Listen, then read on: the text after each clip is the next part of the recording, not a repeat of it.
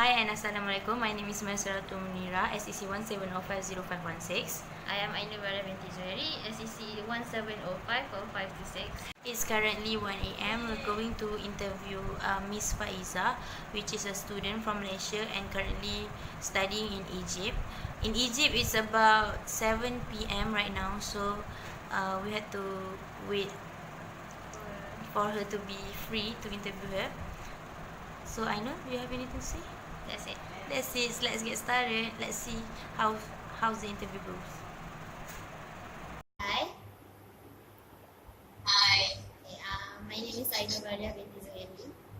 So, how are you?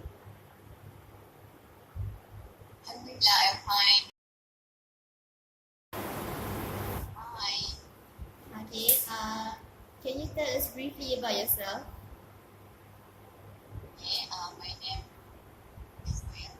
You can call me Faiza, and I'm living in Maisaratul, Egypt, for about 6 months. I'm studying in Egypt. I'm here for study. Okay. We'll proceed to the first question. Okay. So, can you tell us briefly how do the locals greet you? Yeah, the locals are Egyptian. They greet each others by using sentence like Izai. Izai means how are you, or good evening, or good morning, Sabahulifui. They really like greet each other. Okay, so next question. What do you think about the attitude about the locals? The locals' attitude. Okay, attitude. Egyptian is the same like Malaysia. Some people are good and some are not really. But generally, they are really good. But not even though they are not really soft like us Malaysian, but still polite and also the people who come to their house.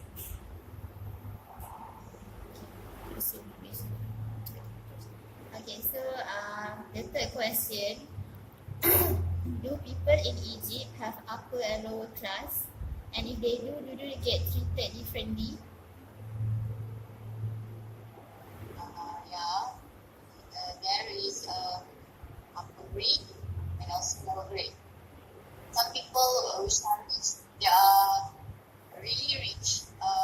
The poor people, Egypt is just too poor, and I cannot deny there is a difference between how they are treated. Like it just I can see because I thought I'm worried that I might judge.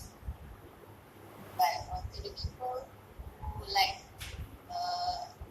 the kids who beggars on the street, sometimes they are doing more cautious by the other people.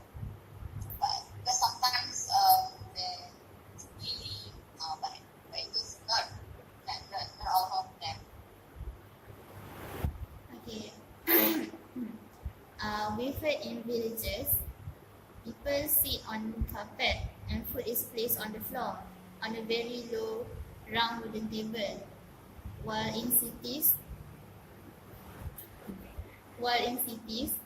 people sit on chairs around Western style dining table. Is it true? It's kind of true, but not like what you see exactly. There's no round table. It's just like Malaysia. Just like Malaysia, people who are rich, some of them have a luxury furniture in their house, and the people who are not really rich, their house is just empty. It's like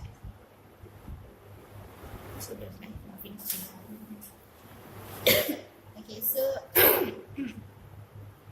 so we know that the most important food that in their daily is the bread loaf. Okay, so what is the most unique bread you've ever found or tried? Actually, because I don't really like to eat bread, but yeah, in Egypt we got bread, we got Ainul Bariyyah, we got pizza, a kind of bread also, right? Yeah. Horizon bread and sugar bread. The Egyptian they eat bread just like we eat rice with the dishes. They eat bread with everything.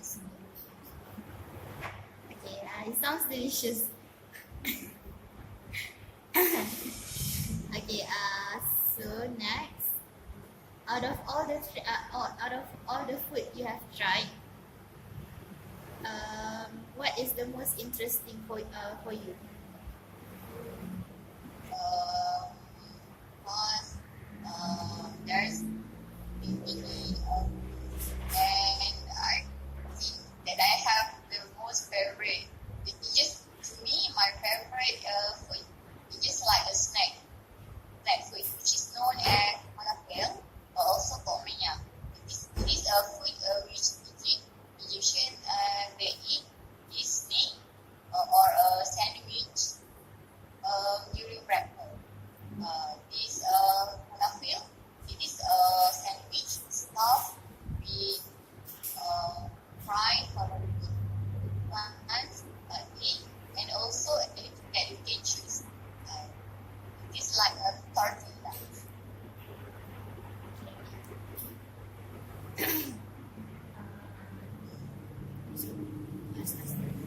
Okay, so is there any difference?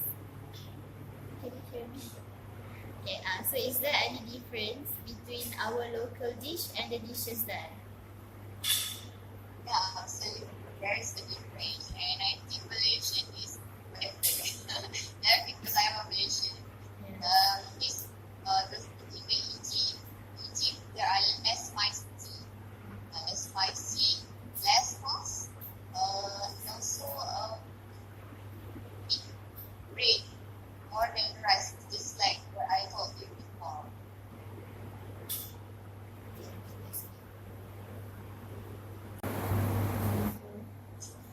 Okay, so moving on to next question.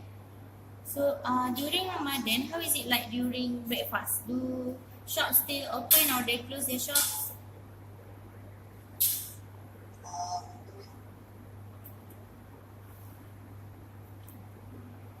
Usual. But I can deny in Egypt, Ramadan is more merrier, more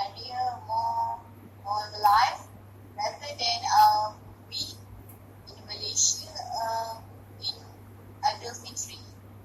And even now, we are nearing to Ramadan. The hypermarket, all of the hypermarket, they use the song that show that they are happy for Ramadan. And they also during Ramadan they like to serve the people food, especially because the foreigner is students. Oh, so that's lucky lah. Lucky for you. Okay, so next question. How do they treat people from another country? I mean, how do they treat you or your friends from Malaysia? They are really welcoming. They are really welcoming people from the other countries.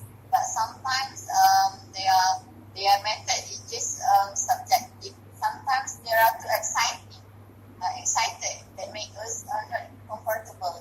Like some of the people, the educated people, they can speak in English and talk with the foreigners and welcoming us in a comfortable method. So yeah, they are very good. Do they speak in high tone or low tone? They speak loudly, right? Yeah, of course, like of course, Python and even in the class, sometimes my eardrum is vibrate and I'm sometimes my words by part of the lecture. because it's too loud. Yeah. Alright, my next question is, what is the language spoken there, and do you know how to speak using it? Yeah. The locals, Egyptian, they speak by using local Arabic, not the Arabic that is in the book. It is the same Arabic, but quite different in the way they pronounce it. Alhamdulillah, I can speak in Ammiya, also local Arabic, but not 100%. It's like certain terms lah, certain words lah. Not certain words. Most of the, just like in Kelantan we have a dialect, Yes. right? Like in Selangor we have a dialect. Yeah, it's also in Arabic or in Egypt. The English in the book is quite different with the language that are using speaking. So, for example, how do you ask for to get things cheaper? Can you Yeah, try speak? I try. You want to hear I'm speaking in Arabic? Yes, local Arabic. How do you ask for cheaper price? For example, if I'm talking to uncle, I call Amu. Kena Amu mungkin anak Aiza harga lahwi. It means that uncle, can I have things that are cheaper? Like that, it's kind of thing. It's great. You can speak Arabic. Sounds nice too. Okay. So my next question. What is the most bizarre culture you have seen there? The most bizarre thing, a lot of things actually for me, bizarre and in Egypt. But the top one is the situation where a driver was haunting their cars, their lorry, their motorcycle, every time without any reason. If we in Malaysia, we use horn for Warning. say that it is something dangerous, or we want to say, hey you, like that, right? But in Egypt, everything is their horn. They didn't use signals. They didn't use signals. Also, sometimes horn just for greeting with the others. Okay. So next is, what is considered as taboo in the society? Do they have taboo? Actually, this one, it is quite hard question, yeah, because I didn't really know about the taboo. But one of the that I think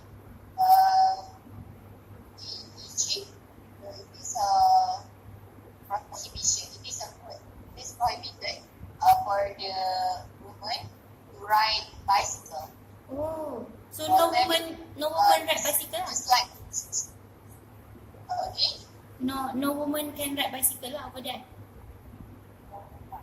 Yeah, but maybe it is in the country that, but in the country like Cairo, Alexandria, they ride the bicycle just like we in Malaysia. But for us in Zagazig, they didn't ride bicycle. It is kind of a shame for them. Oh, okay. Zagazig is village or it's a town? It is a town, a town. Okay. Village and town, I think. but not city. Not city. Okay. Next question. We have 3 more questions. So next is it true that Egyptians judge based on appearance? I don't really get the question. Give me the examples for the question. Like for What do you example, mean by this? if you wear poorly, you dress poorly. I mean, what is it? You're not wearing hijab. Boleh ke tak boleh? For example you're not wearing hijab. If in Malaysia, like Muslim don't wear hijab, people will, she is a bad person. Do Egyptians do that? I'm not really sure about that. No, okay, it's okay. Next is, how often do you hear about crimes happening there? Crimes, Robbery? not really much about for example, in my place, in front of my house, about once in a month. Sometimes there's a snatching from the motorcycle. But during the revolution, some years before this, where the Egypt having a crisis on the country itself, political and economical, and the crimes quite high. So that's quite dangerous lah back then. Okay. Just like Malaysia, where when we in a public place, we have to Be careful.